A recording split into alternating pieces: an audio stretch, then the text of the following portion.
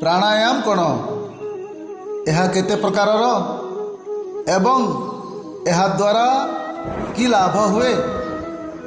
प्राण अर्थ वायु शरीरर समस्त कोशर मुख्य तथा विद्यमान।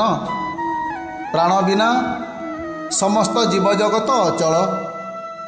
प्राण शरीर को समस्त शक्ति प्रदान करे एवं शरीरर समस्त रोग को प्रतिरोध करिवार क्षमता देइथाए। यह शरीरर मुख्य अवयव यथा हृदय, हृत्पिंड, मस्तिष्क, मेरुदंड प्राणर शक्ति आहरण करिथाए। सौरमंडलर समस्त शक्ति प्राण द्वारा नियंत्रित। यह मस्तिष्क को चिंता करिबा निमंते एवं खाद्य को पाचन करिबा निमंते साधन जोगाई थाए। शरीर को संचालन करिबार शक्ति प्रदान करी प्राणकोश को सुरक्षित रखिबा प्राणर मुख्य कार्य। जे पर्यंत प्राणरे शक्ति अच्छी से पर्यंत आमर आयु रही थाए। जेतेबेले यह काम बंद कर दिए सेतेबेले आयु समाप्त हुए। शरीर रे प्राण ही सबु किछि। प्राण ही साक्षात ब्रह्म अटे जार औषधीय शक्ति आमको निरोग और सतेज रखे। प्राणर आयामी नियंत्रण ही प्राणायाम अटे।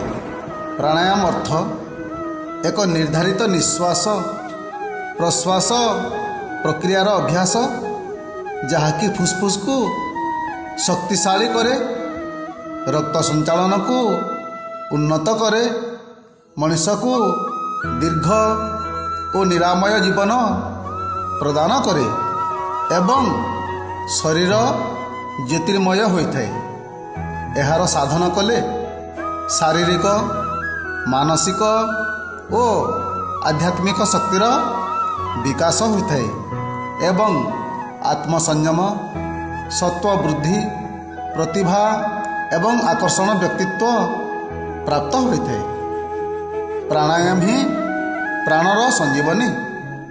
प्राणायाम हेउछि 7 प्रकारर यथा भर्सिका, अग्निसार, उद्गीत, कपालभाति, अनुलोम विलोम, बाह्य एवं भ्रामरी।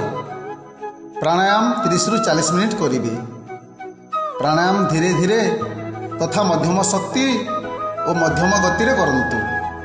यह मुख्यतः दिन को 2 थर करिबे। प्राणायाम हेउछि साधनार बीज रोपण। महामारी भली बढ़ुथिबा रोगर एकमात्र समाधान अटे। दीर्घ जीवनर आधार हेउछि प्राणायाम। बंधुगण, शुणिले तो आपण माने प्राणायाम कौन एवं यह द्वारा कि लाभ हुए। जदि आपण मानंकु वीडियोटी भल लागिला ताहेले गोटे सब्सक्राइब, लाइक एवं शेयर करी कमेंट बॉक्स रे निजर सुचिंतित मतामत लिखंतु। जय प्राणायाम, जय मानव।